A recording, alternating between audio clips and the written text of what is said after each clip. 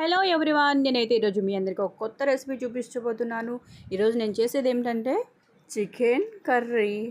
మనమైతే ముందుగా 1 KG chicken తీసుకుందాం. అది బాగా వాష్ చేసుకొని నేను ఒక జల్లెడ తీసుకొని అందులో బాగా వడగట్టానండి. ఆ వాటర్ అంతా చూడండి ఎంత చక్కగా కిందికి వెళ్ళిపోయిందో. మనకు పీస్ అనేది చాలా డ్రై అవుతుంది. మనం అందులోకి ఏమేమి కావాలో తీసుకుందామండి, తెలుసుకుందాము. మనం టమోటా తీసుకుందాం, పచ్చిమిర్చి తీసుకుందాం, ఆనియన్స్ తీసుకుందాం, బిర్యానీ ఆకు తీసుకుందాం, ఆ తర్వాత చెక్క, లవంగము, జీలకర్ర, యాలుక, రాతి మొగ్గ, కొబ్బెర తీసుకుందాం. ముందుగా మనమైతే ఆయిల్ వేసుకుందామండి ఒక ప్యాన్లో. అందులో నేను చూపించిన ఆ మసాలా అంతా వేసుకుందాము.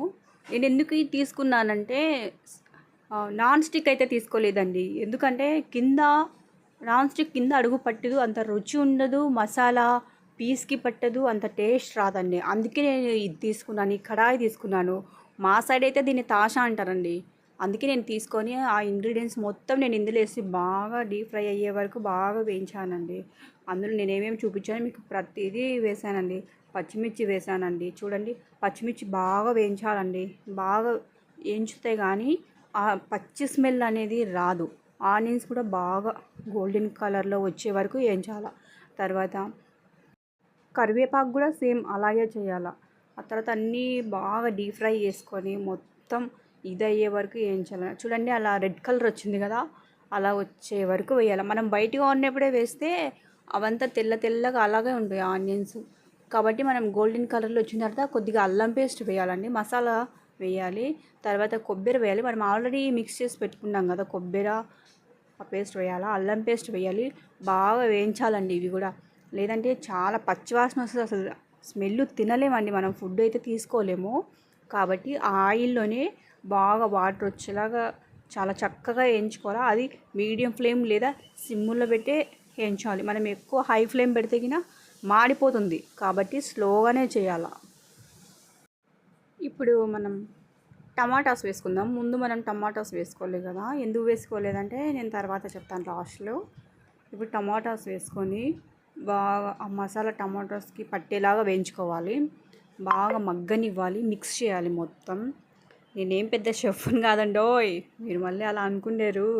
ఏదో జస్ట్ ఎంటర్టైన్మెంట్ కోసం చేస్తున్నా. మీకు నచ్చితే ఒకసారి ట్రై చేయండి. ఇప్పుడు ఆ టమాటాలోకి పసుపు వేసుకుందాం కొద్దిగా.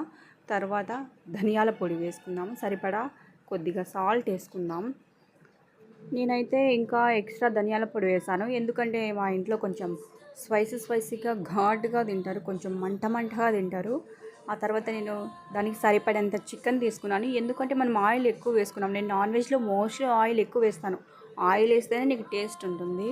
ఈ మసాలాలంతా మిక్స్ చేయాలి. తర్వాత ఆ మసాలా అంతా బాగా ఫ్రై చేసుకోవాలి.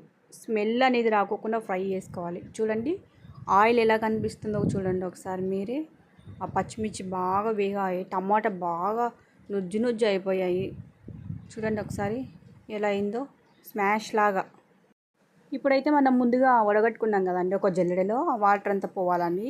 మీరు ఎక్కడైనా ఈ వీడియోలో అబ్జర్వ్ చేస్తే నేను ఎక్కడ కూడా ఒక్క డ్రాప్ కూడా వాటర్ అయితే వేయలేదండి.